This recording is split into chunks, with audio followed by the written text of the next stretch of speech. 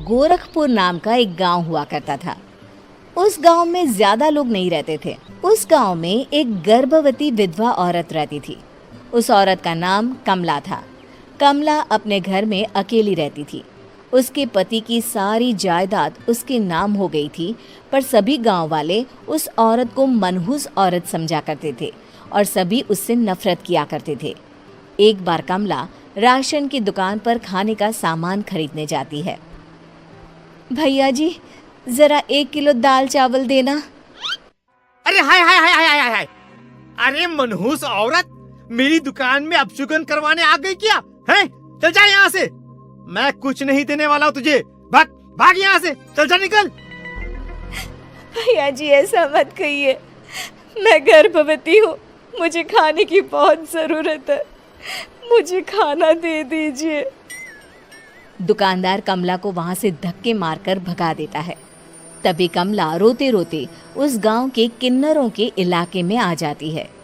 गांव वाले किन्नरों को उसी इलाके में रखा करते थे, क्योंकि वो लोग किन्नरों को पसंद नहीं करते थे और उनके इलाके में रहने से मना करते थे। तो किन्नरों ने उसी गांव में अपना एक इलाका बना लिया था।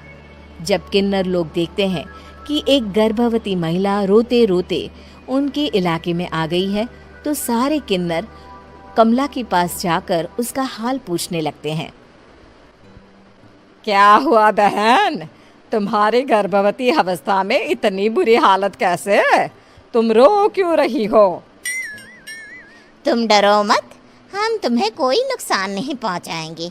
तुम शांत होकर सब बताओ कि हुआ क्या है। मैं कमला हूँ। मैं गांव के दूसरे इलाके से आई हूँ। 2 महीने पहले ही मेरे पति की मौत हुई है। मुझे गांव के लोग मनहूस मानते हैं, क्योंकि मैं विधवा हूँ और गर्भवती भी। वहाँ के लोग मुझे खाने के लिए कुछ बेचने के लिए भी तैयार नहीं, जिससे मेरा गुजारा नहीं हो रहा था।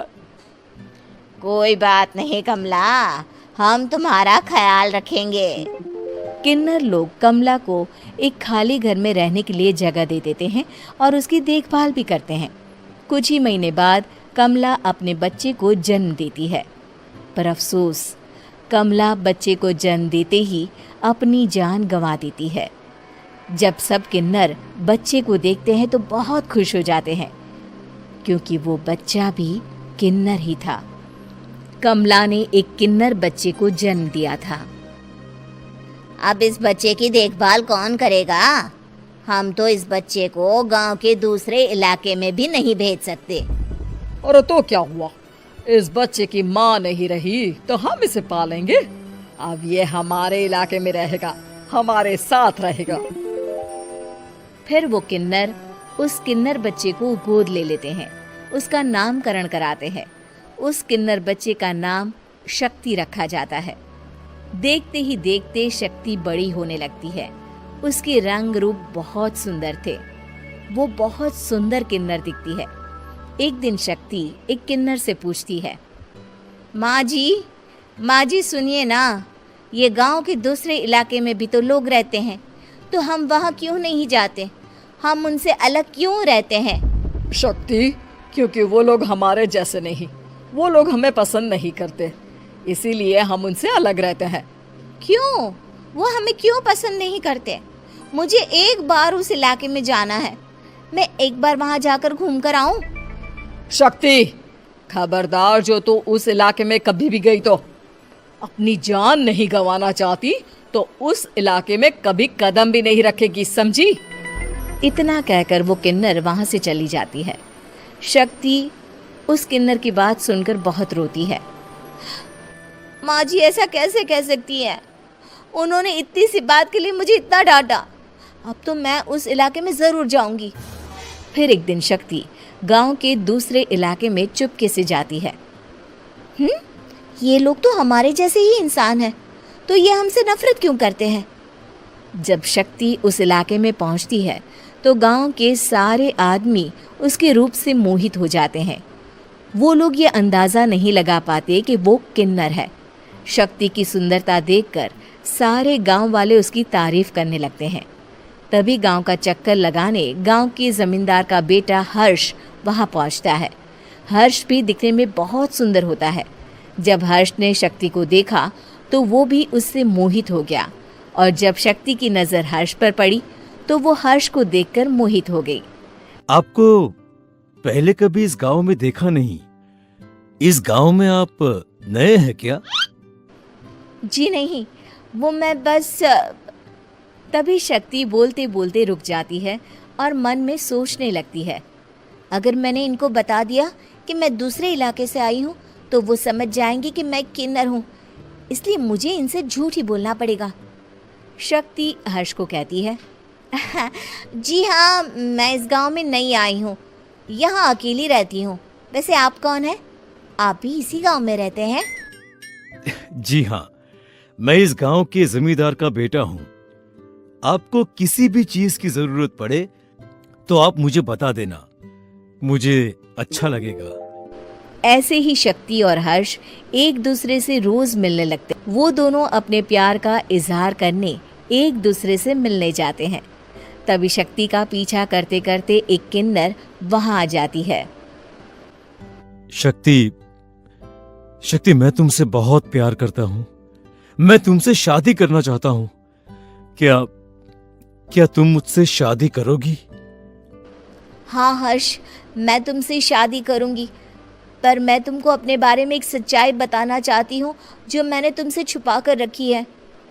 तभी उनके बीच में ही वो किन्नर आ जाती है। शक्ति, तेरी हिम्मत कैसे हुई ऐसा करने की? वो किन्नर शक्ति को खींचकर गांव के जमींदार के पास ले जाती है। हर्ष भी वहां शक्ति को बचाने के लिए पहुंच जाता है। जमींदार शक्ति और हर्ष के प्यार के बारे में सुनकर गुस्से में आ जाता है और शक्ति को गांव के बाहर निकालने की सजा देता है। शक्ति ये बात सहन नहीं कर पाती और कुएं में कूदकर अपनी जान दे देती है। जमींदार हर्ष की शादी गांव की एक लड़की से करवा देता है, पर हर्ष इस शादी से खुश नहीं होता। शक्ति अपना बदला लेने के लिए मरने के बाद किन्नर चुड़ैल बन जाती है। अब मैं इन गांव वालों को नहीं छोड़ूंगी, अब इनसे मैं अपने प्यार का बदला लूंगी। किन्नर चुड़ैल गांव वालों को परेशान करना शुरू कर देती है। एक बार वो रात को गांव के खेतों में पहुंच जाती है और वहां आग लगा देती है। सारी फसल जल के राख हो जाती है। जब एक आदमी रात को उठकर देखता है कि खेत में आग लग गई है तो वो वहां पहुंच जाता है। वो देखता है कि खेतों के बीचों बीच एक किन्नर चुड़ैल खड़ी है और वहां खड़े होकर ताली बजा रही है। गांव वाला किन्नर चुड़ैल को देखकर बेहोश हो जाता है। जब सुबह उस आदमी को होश आता है तो वो सीधा जमींदार के पास जाता है। अरे जमींदार साहब, अरे वो किन्नर चुड़ैल ने मेरी सारी फसल जला दी। अब मैं क्या करूंगा? क्या होगा मेरा? जमींदार चुड़ैल किन्नर का नाम सुनते ही सब कुछ समझ जाता है। अब वो बहुत डर जाता है। उसी रात को जब जमींदार डर के मारे अपने कमरे में सो नहीं पाता, तभी वहां अचानक से किन्नर चुड़ैल आ जाती है। किन्नर चुड़ैल जोर जोर से जमींदार के आगे खड़ी होकर हंसने लगती है और ताली बजाने लगती है। जमींदार उस डरावनी किन्नर चुड़ैल को देखकर बहुत डर जाता है। तूने मेरे साथ बहुत बुरा किया, अब मैं तुझे जान से मार दूंगी।